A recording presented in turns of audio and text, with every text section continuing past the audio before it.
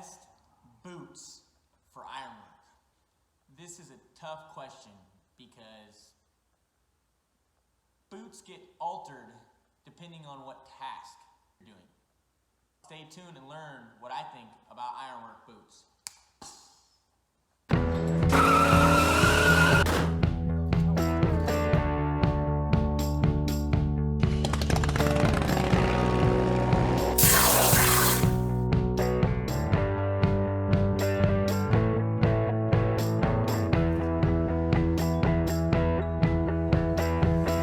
Have a lot to do with what you're doing.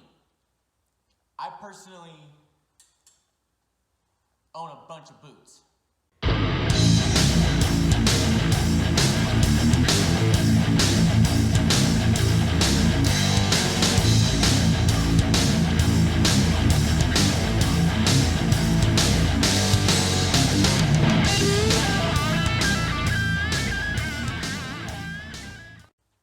For different weather and different jobs.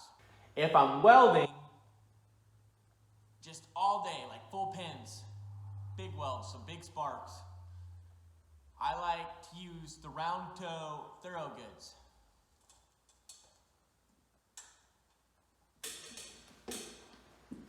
Reason for that, if you drop sparks, it doesn't burn up your toe. If you have an 877 on, or a mock toe, this part right here is a huge spark catcher, and then all these stitching will burn up, and then your toe will talk to you.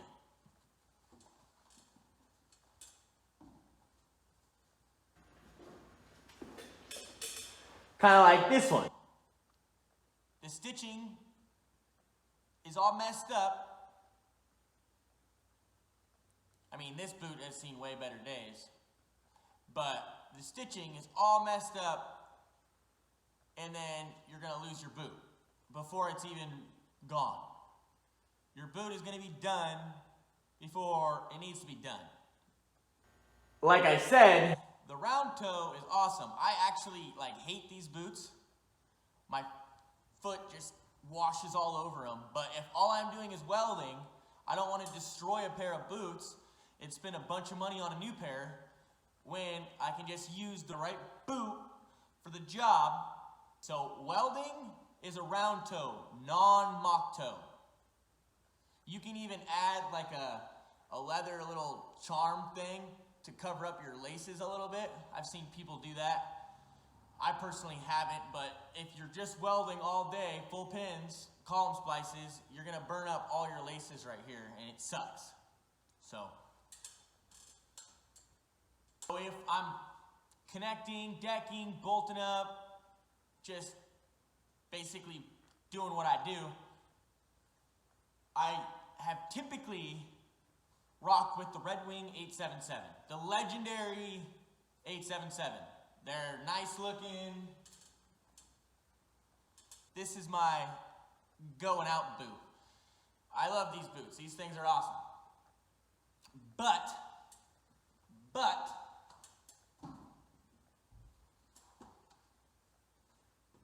I'm working in the Northwest where it's wet and rainy, and the 877 isn't waterproof. You can get by with an 877 for the first 3 months that it's new if you oil them and keep them well maintained. But you always got to dodge puddles, and if you accidentally hit a puddle, you can get your foot wet, and that's all bad. But overall, they're a good boot. They're just not waterproof. And Red Wing doesn't claim that they're waterproof. For the last 6 months or so, I've been wearing the new Thorogood Mock Toe American Heritage Extreme Waterproof boot. And I've completely loved it. They're the most comfortable boot ever. American made, union made. This liner is really comfy, hands down. I honestly don't think I'll ever work in an 877 again. The These are just extremely comfy and durable. This is 6 months of hanging iron. I've been connecting for like 6 months on a couple different jobs. And on the ground, up in the air, they're awesome. Don't get me wrong, the 877 is an awesome boot. I'm not knocking it at all. You won't go wrong if you buy an 877. They're awesome. But they're not waterproof. And your feet will not be happy if your feet are wet. These boots keep my feet dry, and I love them. Don't get me wrong, the 877 is an awesome boot. I think the leather on them are more thick and rigid and probably will withstand more like iron hanging than the Thorogood waterproofers. But I can't be dodging puddles all day long in an 877. And if your feet get wet, you're gonna hate your life. So it's hands down, I love my Thorogoods. These make my day better. I'll make a full review video on these once I get a new pair after I completely destroy this set that I'm on, because then I'll be able to give you like an actual review of the lifetime and everything. So stay tuned. I'll put it up here. So click that whenever I post a video. So also, you may have noticed on my 877s, I have like four different pairs of 877s up there. I've bought them brand new, I've bought them used on eBay. Every time I resole them, I put this Vibram sole on them. It's called the Vibram 1330, the new Porter. I'll post a picture of the Amazon post for them right here. Boop. I have logged all sorts of miles in the air, on the ground, with this sole. This sole is more grippy. I'm gonna apply this sole to my Thorogood sole once this one's done. And I think those boots will be unstoppable then. It'll be the best boot ever. The only thing with these little sole guards is that you gotta maintain them. What I mean by maintain is you gotta get like a super glue, or I prefer shoe goo.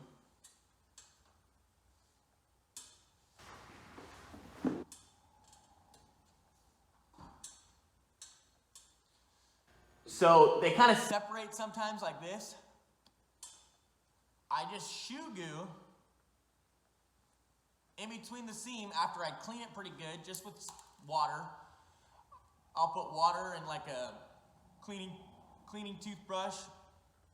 I'll use it non-sparingly, just a shit ton of it, and then make sure it's all nice and set in there, and I'll clamp it or duct tape it and leave it overnight, and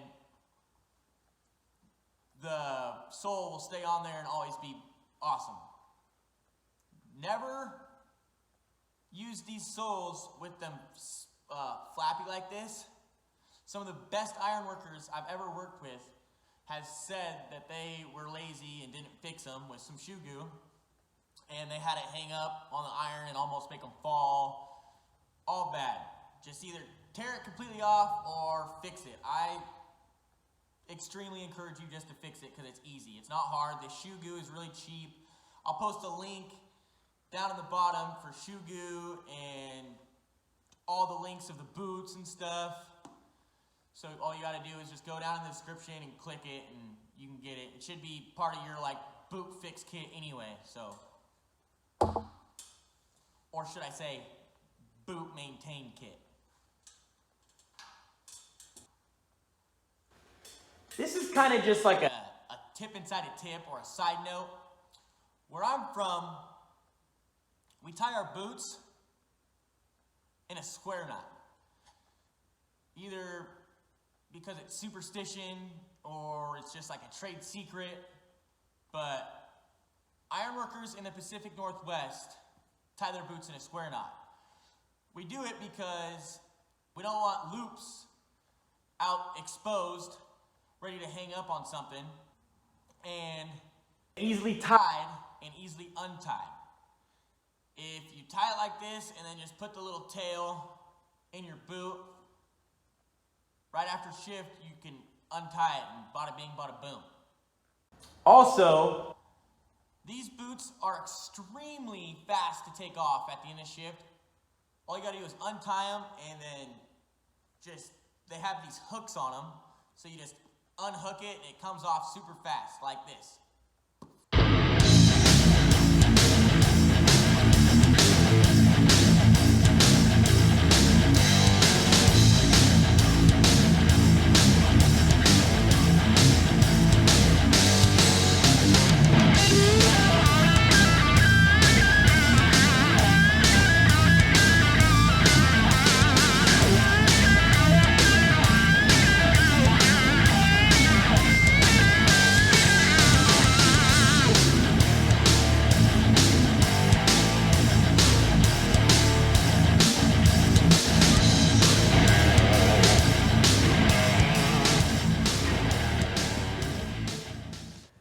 These boots are extremely fast to tie and fast to untie, because there's nothing more pain in your ass than fighting 877s off your feet at the end of the shift when you're so worked you barely want to bend over. So that's another side plus on why these boots are another reason why these boots are awesome.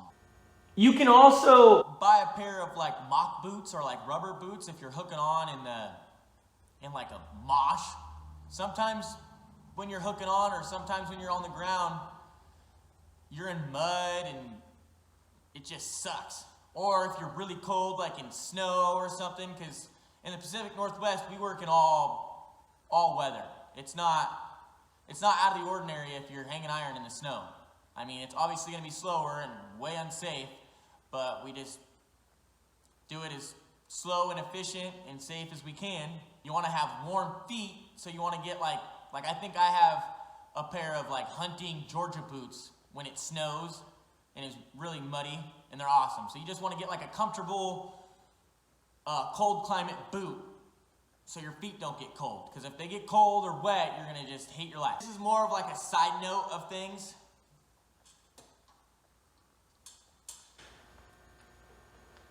Maintain your boots. Okay, they're expensive. You don't want to cut and have all your sparks hit your boots. You don't want to weld and have all the welding sparks hit your boots or cut with a torch. Be cautious on where you place your feet, okay? You want to keep them well oiled. I use Hubbard's boot grease. They've been around since 1929. You can't go wrong with it. I just make sure my boot is half-ass clean. You don't have to make it spick and span. It's going to get dirty in a second. But I just clean it with some water, and then I apply, not sparingly, I use the crap out of this stuff, and just apply it everywhere. So your leather stays nice and moist and hydrated, so then you can rely on your boot.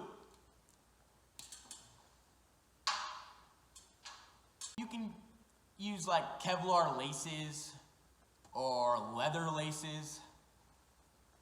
You don't want to get cheap leather laces because they just break in 2 seconds. But if you're going to go to like an actual leather store, or there might be a good set of thick ones on Amazon. I'll see if I see one on Amazon, I'll post a link down there for you guys. But most of the time I just use the laces that come with the boot until those laces obviously break, and then I'll get some heavy duty leather laces. You also might have noticed that I have like little shoe charms, like American flags, or cool little spud wrenches for my going out boots. You can get those on like eBay or Amazon. I'll post a link down there too of the shoe charms. One extremely important point about all these boots, even my cold climate boots, they are not steel toe. You don't want to rock a steel toe in this industry because the stuff we deal with is so heavy, you will just shear your toes off. It'll just bend, okay? If something heavy hits your foot without a steel toe, it might just crush your foot. At least it's not gonna shear it off and then you're just gonna have 5 toes in your boot. That's all bad, all bad.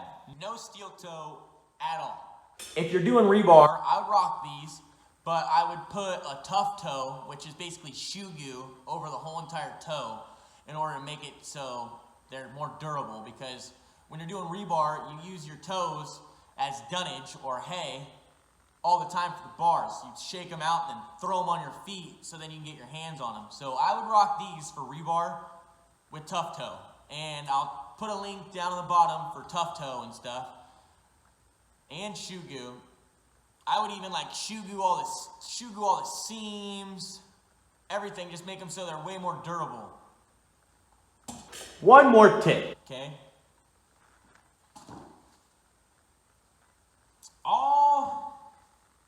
All the hands out there want to like tuck their boots in and be a connector. So I tuck my boots in, but I don't, okay?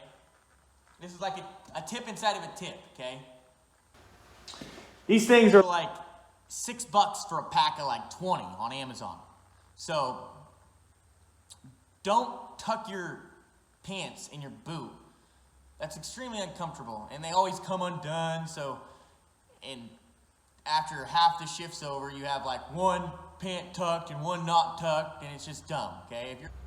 If you're gonna do it for this style or whatever, or if you're actually around a hook and doing it work-wise, because I used to not tuck my boots in or blouse my pants, like I'm gonna show you here, until I was shaken out one day and the hook actually hooked the bottom of my pants. I'll show you the video right here.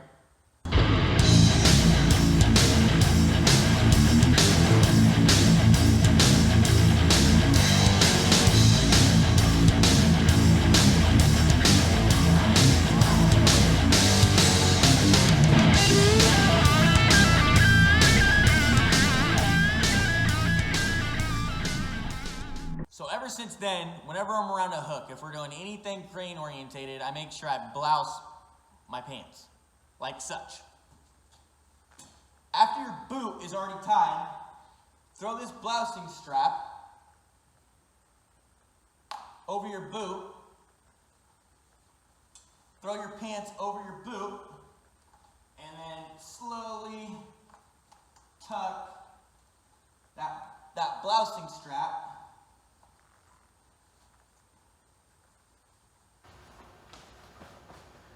in your boot, like such.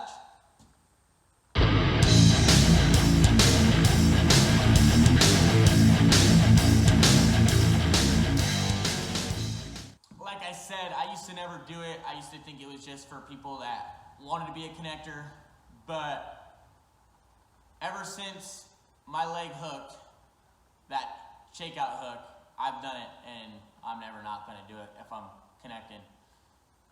Or running a deck saw. Sometimes running a deck saw, I like doing that. So if I'm decking, I will blouse my pants also.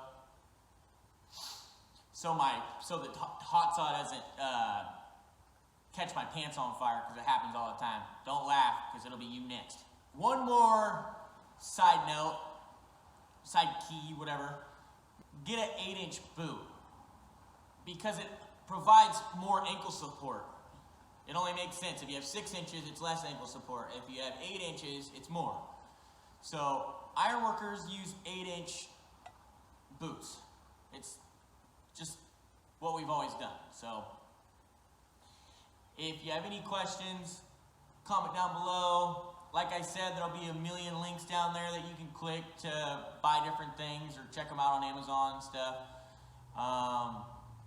Thanks for watching. Subscribe for more Ironworker videos. Hit the like button. It really helps me out. And check out these 2 videos right here and right here. Maybe you can learn something else. I don't know. Boom, boom, boom, boom, boom, and boom. Like I said, thanks for watching, and see you on the next one. Woohoo!